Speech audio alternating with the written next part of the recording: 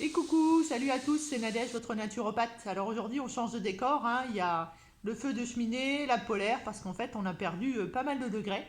On ressent le froid jusque dans nos os, comme nous disent, ou nous disaient les anciens. Et encore, nous, on est dans le Var, on a perdu pas trop de degrés. Je pense à tous ma famille et mes ex-collègues Laura, qui eux ont bien plus froid, ont même eu de la neige, etc. Alors pourquoi on se rencontre aujourd'hui, un peu à contre-jour avec un petit peu moins de lumière? Parce que je voulais vous parler du sans gluten. C'est une question qui m'a été posée à la suite d'une de mes dernières vidéos, et puis surtout on en a discuté il n'y a pas très longtemps avec un client. Et je voulais, voilà, du coup vous partager ma vision de cette histoire du sans gluten. Alors, le sans gluten, c'est une mode, c'est une nécessité, ben voilà, c'est un petit peu compliqué, on va dire, entre guillemets. Pourquoi? Et puis qu'est-ce que c'est? Voilà. On a l'impression que tout le monde sait ce que c'est que le gluten. Il y en a d'ailleurs qui se mettent spécialistes du sans gluten. Enfin bon, voilà, c'est un sujet un peu particulier. Donc comme d'habitude, je vais essayer de vous apporter des informations les plus, on va dire, les plus simples possibles pour que tout le monde comprenne. Alors, d'abord, qu'est-ce que c'est que le gluten?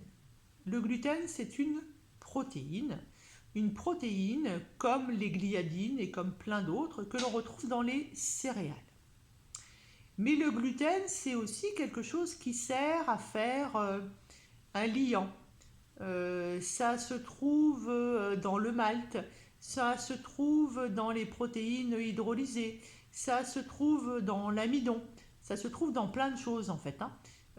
Tous les produits tout prêts, entre guillemets, contiennent du gluten. Il y a aussi du gluten maintenant dans la charcuterie, j'ai vu, il y a du gluten dans le chocolat, enfin voilà, j'ai vu des trucs complètement dingues, quoi. Pourquoi? Parce que le gluten, c'est de la colle, c'est de la glu, hein. Et donc ça permet de faire un liant, notamment dans tous les produits tout prêts, voilà. Que ce soit un dessert ou des choses comme ça, hein. Bon, je sais, je suis complètement à contre-jour, mais aujourd'hui, ça sera comme ça. Vous verrez pas du tout, vous verrez que mon côté droit, vous verrez pas mon côté gauche. Voilà. J'ai pas envie de bouger, je suis bien là, tout près de la cheminée. Alors, le gluten, donc protéines végétales. De l'autre côté, vous vous souvenez, on a les protéines animales, celles-là, on les maîtrise plutôt pas mal. Les protéines animales, c'est la viande, le poisson, les œufs, le fromage, les produits laitiers en général, que ce soit le lait, le beurre, etc. Les yaourts, les fameux yaourts. Pourquoi le gluten aussi aujourd'hui? Parce qu'on réduit très souvent les naturopathes en disant, ben ouais, voilà, la naturopathe, qu'est-ce qu'elle va faire? La naturopathe, elle va me dire, je vais arrêter de manger du gluten, je vais arrêter de manger des produits laitiers de vache, et puis forcément, je vais guérir. Bon, déjà, on vous dit jamais qu'on va vous guérir, hein. Je vous rappelle, c'est interdit. On n'a pas le droit. Vous allez vous sentir mieux et surtout, vous allez vous auto-guérir. Alors, ce fameux gluten, je vous ai dit, protéines, grosse protéine du monde céréalier qui permet de faire du liant et que du coup on va retrouver dans plein d'endroits. Alors, est-ce que c'est une mode? Est-ce que c'est une nécessité? C'est là où on va essayer d'être un tout petit peu plus clair. Déjà, c'est une nécessité si vous avez ce qu'on appelle une maladie cœliaque. C-O-E, d'accord? C'est une maladie qui a une base génétique, bien sûr, il y a un gène HLA, mais surtout, c'est une maladie qui a été diagnostiquée. C'est-à-dire que ce n'est pas vous-même qui allez dire, mais moi, j'ai une maladie cœliaque. Non, non, non. Vous avez vu un gastro-entérologue, vous avez fait une coloscopie, on a fait des prélèvements et on a le diagnostic qui est posé de maladie cœliaque. Il ne faut pas confondre avec les intolérances, avec les effets de mode, avec les maladies inflammatoires, etc. etc. Bon. Donc les personnes qui sont maladies cœliaques diagnostiquées, d'ailleurs, ont des remboursements par la sécurité sociale de produits sans gluten. Donc là, déjà, on est dans quelque chose de différent. Maintenant, on a les intolérances au gluten et on a les maladies inflammatoires, les maladies auto-immunes, etc. Où en général, on va vous conseiller d'arrêter le gluten pendant un bon moment, mais d'arrêter aussi les gliadines et tout ça, c'est-à-dire toutes ces céréales qui sont à risque, entre guillemets, euh, pour refaire votre barrière intestinale. Alors, où est-ce qu'on trouve du gluten? Je vous l'ai dit, dans les produits transformés, c'est-à-dire le malt, les amidons, les protéines hydrolysées, etc. Il y a toute une liste qu'on trouve sur Internet, hein, pas besoin de se casser la tête et les apprendre par cœur. Mais à mon époque, on disait aussi, on trouve du gluten dans...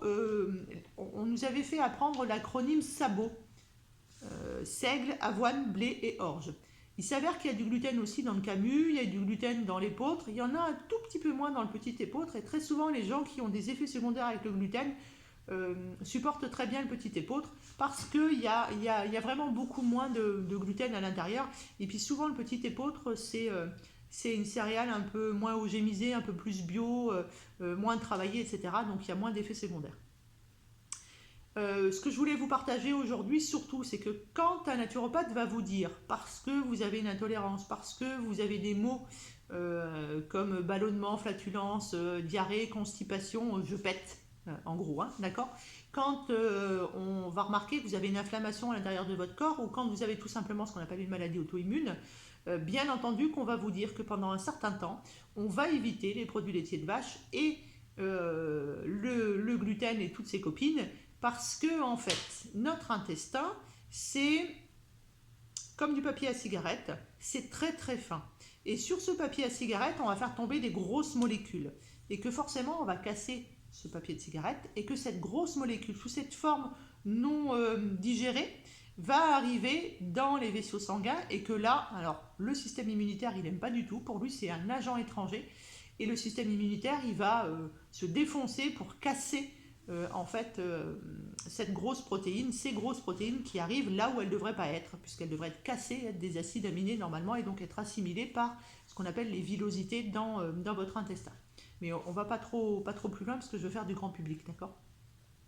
En tout cas, ce qu'il y a de sûr, c'est que du coup, puisque le système immunitaire se met en branle, on a de l'inflammation, et derrière, on a même des risques de faire ce qu'on appelle une maladie auto-immune, c'est-à-dire que notre immunité devienne tellement dingue qu'elle se retourne contre nous-mêmes. Donc pendant un certain temps, on va vous dire de arrêter, diminuer le gluten et les produits laitiers de vache. Et on va prendre le temps de réparer votre intestin, et surtout de vérifier que la digestion et l'assimilation se fassent correctement. Et ça commence ici, dans la bouche. Et ça se finit où? Dans le rectum. On va vérifier chaque étape. On va réparer l'intestin, on va le recoudre, et seulement après, si vous n'êtes pas allergique, de temps en temps, si vous le souhaitez, vous pourrez reprendre du gluten. Être sans gluten, c'est... alors c'est compliqué, hein, on est dans une société basée sur le blé, en Europe et notamment en France. Donc être sans gluten, ben c'est pas facile, on est d'accord, mais maintenant, je pense qu'il ne faut pas aller se ruer dans le rayon sans gluten. Premièrement parce que vous allez vider votre porte-monnaie, parce qu'il ne faut pas se le cacher, hein, les gâteaux sans gluten ça coûte 3 fois plus cher que les vrais gâteaux. Et que vous allez, en plus de vider votre porte-monnaie, vous allez augmenter la glycémie, donc mettre des risques sur votre foie et sur votre pancréas. Parce qu'il est bien évident que pour que ce soit à peu près mangeable, que ça soit goûtu et que vous preniez du plaisir, dans le sans gluten, on va rajouter plein de choses qui ne font pas forcément bon ménage justement avec votre digestion, votre intestin, etc., etc. Quand on dit être sans gluten, ça veut dire apprendre à manger différemment. Ça veut dire favoriser le riz, les pommes de terre, les patates douces, le quinoa, toutes les légumineuses, c'est-à-dire les lentilles, les pois chiches, tous les haricots, etc. C'est apprendre à manger différemment, à faire soi-même, pour éviter justement d'avoir à lire les étiquettes pendant des heures au supermarché ou au magasin bio, parce que c'est la même chose, hein, bio ou pas bio, entre guillemets, le bio ça vous évite d'avoir les pesticides, les herbicides et tout le tintouin, mais qui sont des perturbateurs endocriniens, je vous rappelle, mais c'est pas la solution d'aller chercher du sans gluten, hein. Le but c'est la solution. Ce qu'on aime tous et ce qui fait un peu la base de notre travail de naturopathie, c'est de réapprendre un équilibre alimentaire, c'est de réapprendre à faire à manger, d'acheter du brut et de faire soi-même. Euh, alors vous allez me dire, oui, mais moi j'ai 3 enfants, on travaille tous les deux, ou alors je suis toute seule avec mes 2 enfants, etc. C'est pas facile, je travaille jusqu'à 18 heures. Bah ouais, c'est pas facile. On est tous passés par là. Euh, on a tous plus ou moins une famille, on a tous plus ou moins un travail. Enfin voilà, chacun a euh, ses actions à faire, entre guillemets. Maintenant, ben, on peut s'organiser. On peut, on peut faire, je ne sais plus comment ils disent en anglais, je crois que c'est blatching, bashing, voilà, bashing, le samedi ou le dimanche. C'est-à-dire que on va faire un tableau Excel sur lequel on va noter ses repas. Et on va se faire 4 semaines comme ça. Et on va se faire ses repas par saison.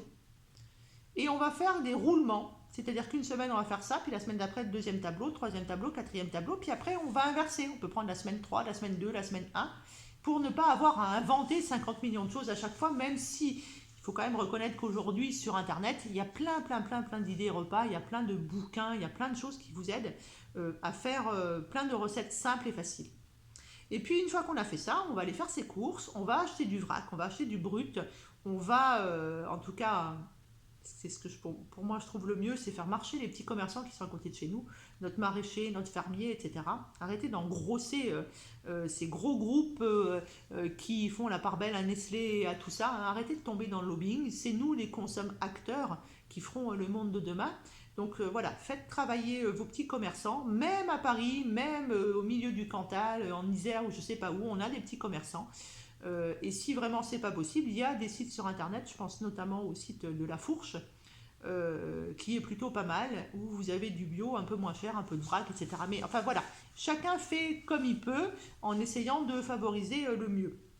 Et puis, bah ça, vous faites ça le samedi, on va dire par exemple, et puis bah, le dimanche après-midi, vous prenez 1 heure, 2 heures. Si vous avez des enfants, vous le faites avec eux, en plus c'est vachement sympa. Et vous allez tout préparer dans des plats en verre, dans des bocaux. Vous allez éplucher les légumes, les découper.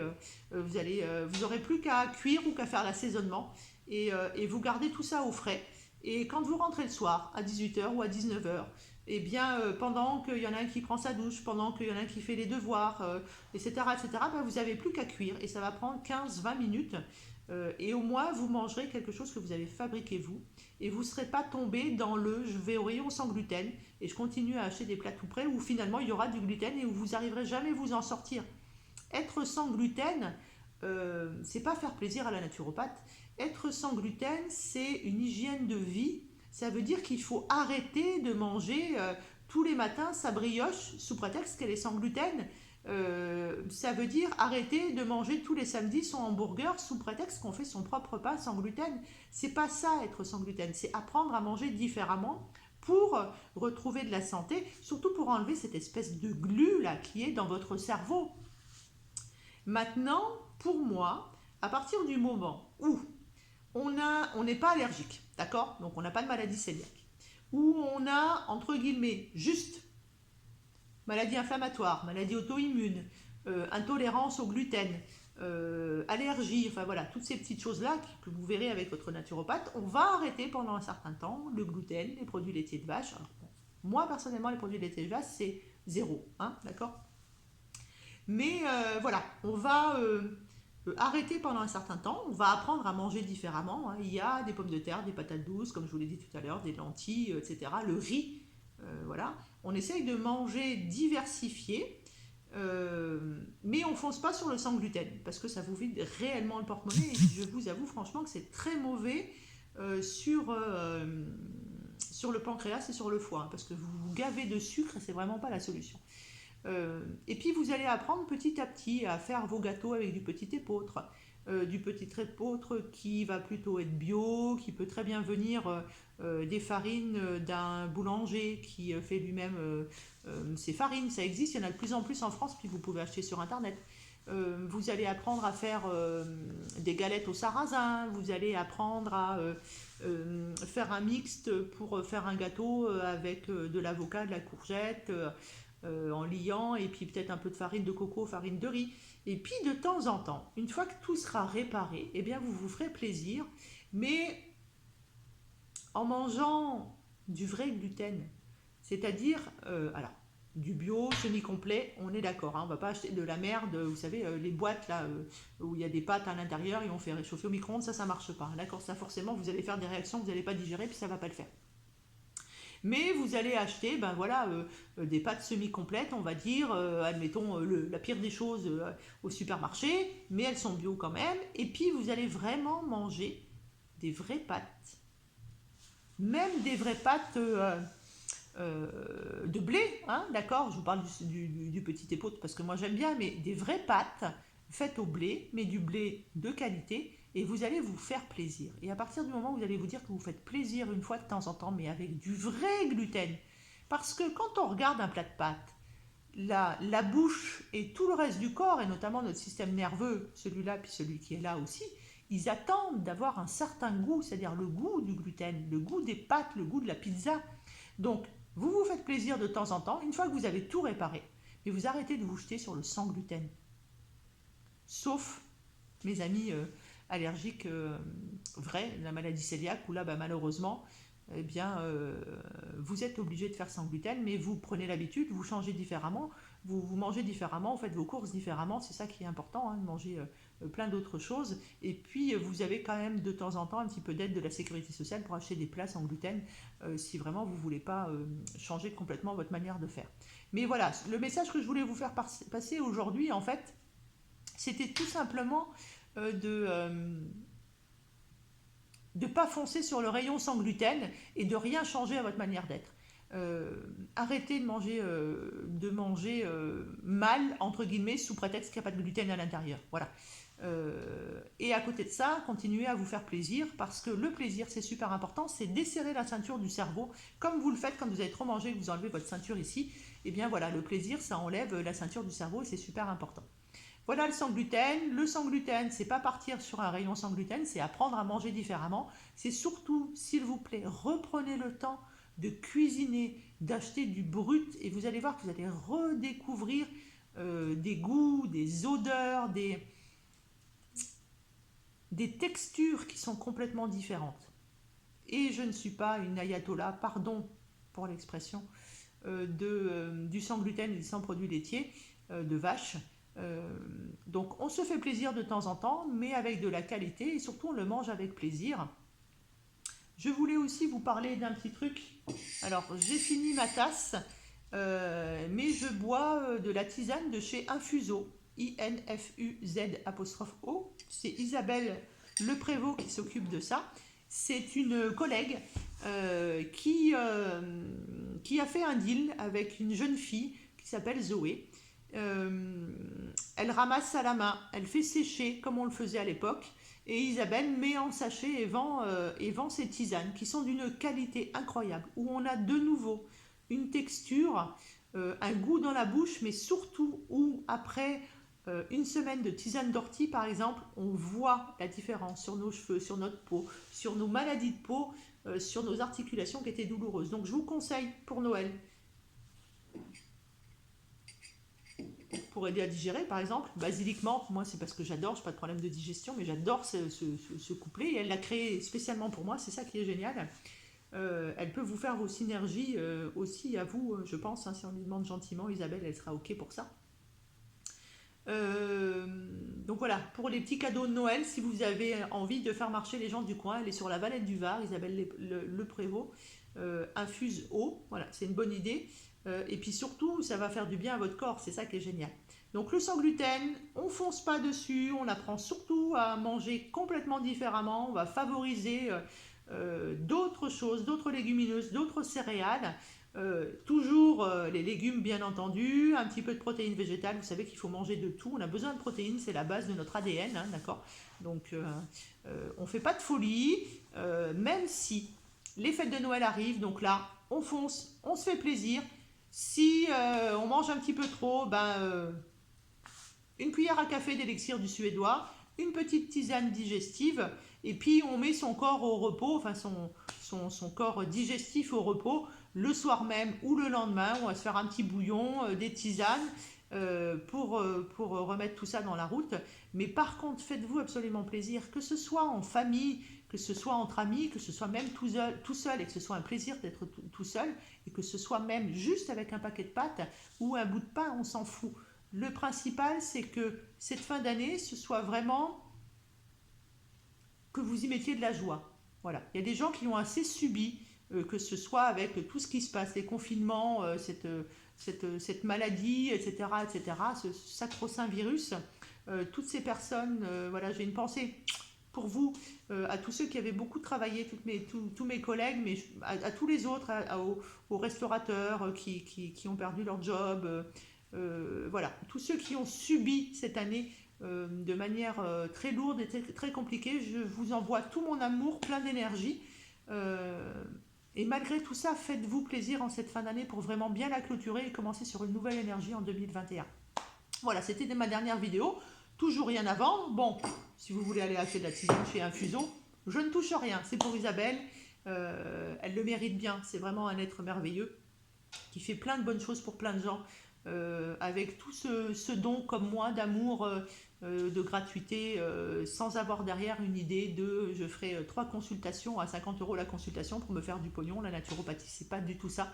Et si vous ne l'avez pas encore compris, c'est pour ça que votre cabinet ne fonctionne pas. Quand vous serez dans l'amour universel et quand vous serez dans le don de soi, bah, vous recevrez en retour. Et la naturopathie, c'est vraiment ça. Voilà, c'était le sans gluten avec un petit peu de trucs autour. N'hésitez pas, comme toujours, à laisser vos petits commentaires derrière. Et si vous avez une idée pour la première vidéo de l'année prochaine, n'hésitez pas. Je vous fais des gros bisous. Profitez bien de cette belle fin d'année, du feu de cheminée. Ne prenez pas froid. Faites attention à vous. Surtout, faites-vous plaisir. Dites aux gens que vous aimez, que vous les aimez. C'est très important. Et aimez-vous. On en parlera la prochaine fois. Merci à tous, à bientôt, bonne fête de fin d'année, ciao ciao ciao.